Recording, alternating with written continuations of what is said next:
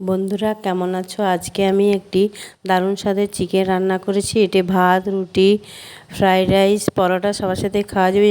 চিকেনের উপকরণ কাজু বাদাম, চারমগজ, পোস্ত, এগুলোকে আমি একটু মিক্সিতে বেটে নেবো। এই আদা কাঁচা লঙ্কাও বেটে নিলাম।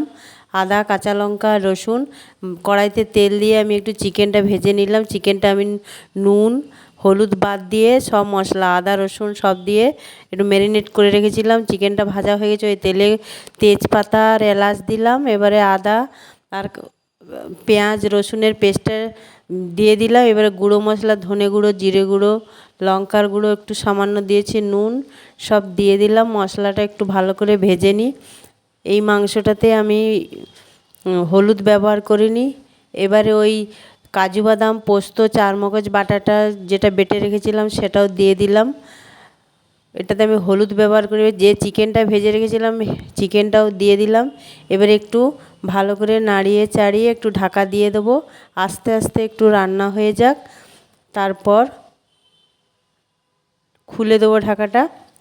চিকেনটা আমার প্রায় হয়ে এসছে। এবারে ওর মধ্যে আমি একটু ধনেপাতা দেবো ছড়িয়ে। চিকেনটা সত্যি খুব সুন্দর গন্ধ বেরিয়েছে। যদি আমার এই চিকেন রান্নাটা ভালো লেগে থাকে একটু কমেন্ট করবে, লাইক করবে এবং সাবস্ক্রাইব করে পাশে থাকবে। চিকেন আমার হয়ে গেছে, একটি পাত্রে তুলে নেব। সবাইকে অনেক অনেক ধন্যবাদ। ভালো থেকো, সুস্থ থেকো সবাই।